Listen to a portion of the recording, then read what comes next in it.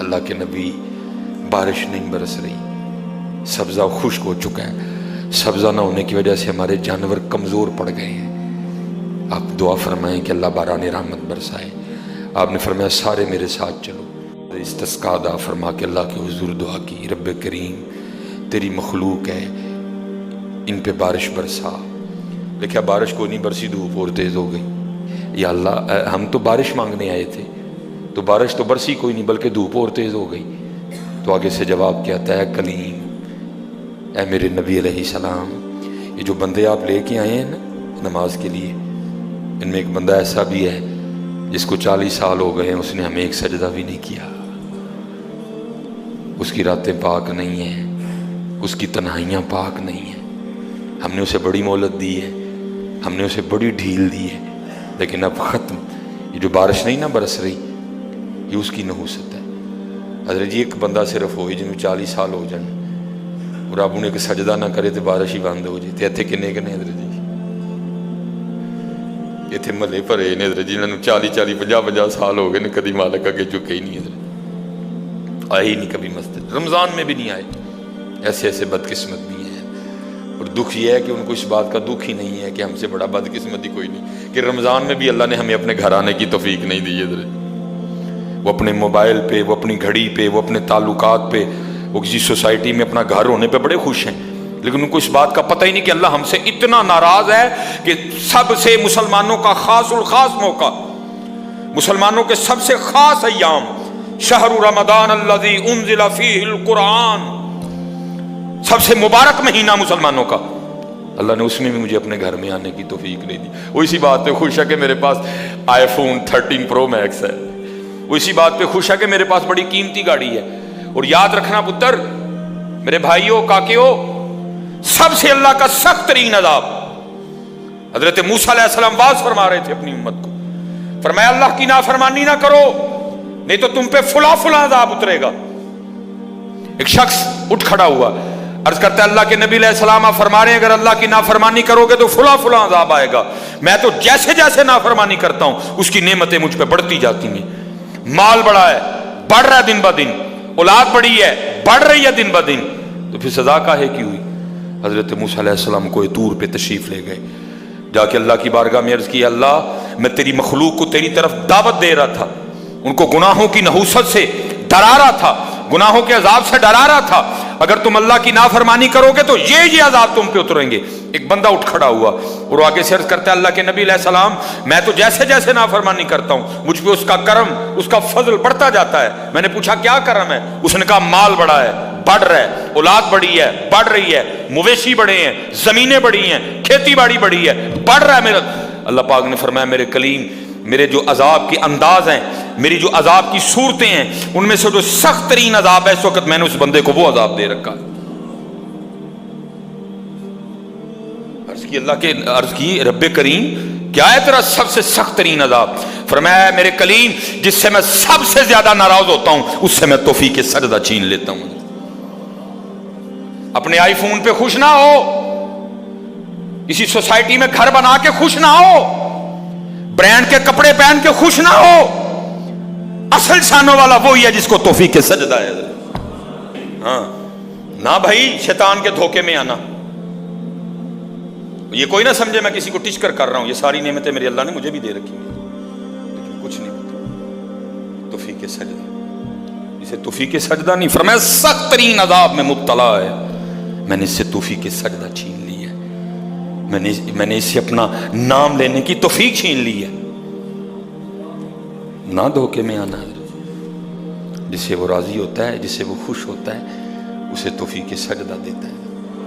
لیکن کیا ہے ہم جناب ماڈرن سیکولر بہو جی صاحب جی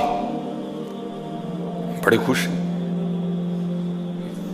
دکھی نہیں ہے کہ مجھے رمضان میں بھی توفیق نماز نہیں ہوئی، مجھے رمضان میں بھی اللہ نے اپنے گھر آنے کی توفیق نہیں دی۔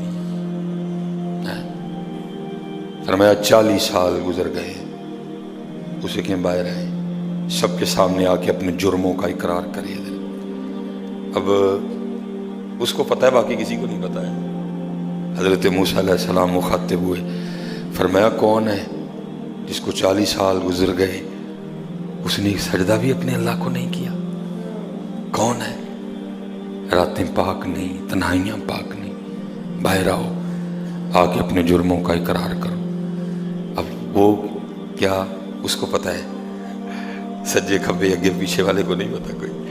اس نے نا چادر میں منہ چھپا لیا تاکہ دائیں بائیں والے کو نہ پتہ چل جائے، اور عرض کیا کرتا ہے، رب کریم 40 سال گزر گئے، جیسے گزارے سو گزارے، راتیں جیسی تھیں جیسی تھیں، وہ میرے مالک اگر 40 سال پردے ڈال کے رکھے تو کیوں لگا سب کے سامنے میرے پردے کھولنے ہیں؟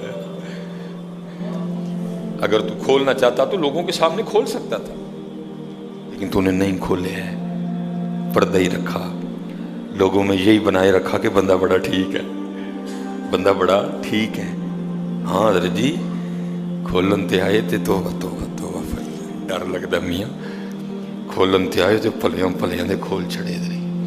اور پتر گل تن مسل دساں، گل صرف ہے جی پردہ ہی پائے اس، باقی گل کوئی نہیں جی ہے، پردہ ہی پائے اس۔ میرے حکیم صاحب رحمۃ اللہ تعالی علیہ سے کسی نے پوچھا حضور نیک کیا ہے بد کیا ہے؟ فرمایا میاں گل تو وہ کی پوچھ بیٹھا ہے، لیکن پھر سن جو پوچھی لئی ہے۔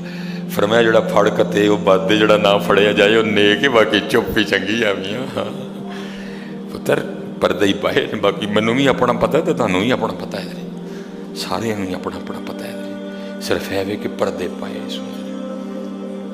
صرف مجھے اب بڑا غصہ آتا ہے، اب بھی آتا ہے، اللہ انشاءاللہ مجھے مکمل شفا دے دے گا۔ اب میں صرف یہ سوچ کے نا میں غصہ پی جاتا ہوں جی، کتے میرے کھول نہ چھڑے حضرت جی، میں دی گرفت کراں میری اتھوں نہ ہو جائے حضرت، میں چپ کر جاتا ہوں حضرت، کوئی آئندہ نہ کری۔ پردے پائے جی انہیں، جو پھر پردے کھول دینا تو پھر بڑے بڑے ذلیل ہوندے جی حضرت، پاویں وہ کو وزیر اعظم ہوئے تو پاویں جڑا مرضی ہوئے۔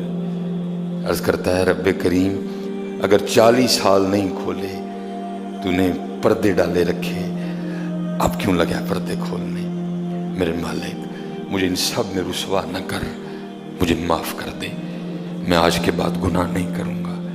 میں نے کہا نا اینی کی گل ہوندی من جاؤ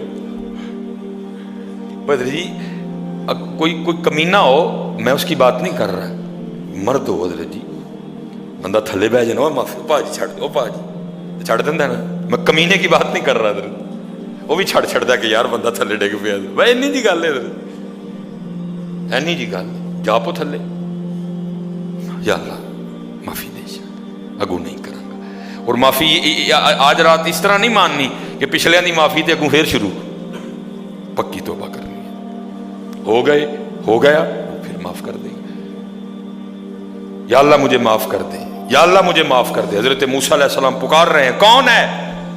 یا اللہ منو معاف کر دے، یا اللہ منو معاف کر دے، یا اللہ منو معاف کر دے، یا اللہ منو نہ منو سارے ہیں جی، میرے محلے دار بھی ہیں، میرے رشتہ دار بھی ہیں، میری اولاد بھی ہے۔ اللہ حدیث میں ایسا کچھ نہیں لکھا ہوا، میں ویسے کہہ رہا ہوں، ظاہر اس کے دل میں خیال تو آیا ہوگا نا، پتہ نہیں وہ مجھے کیا سمجھتا تھا، وہ مجھے کیا سمجھتا تھا، وہ مجھے کیا سمجھتا تھا۔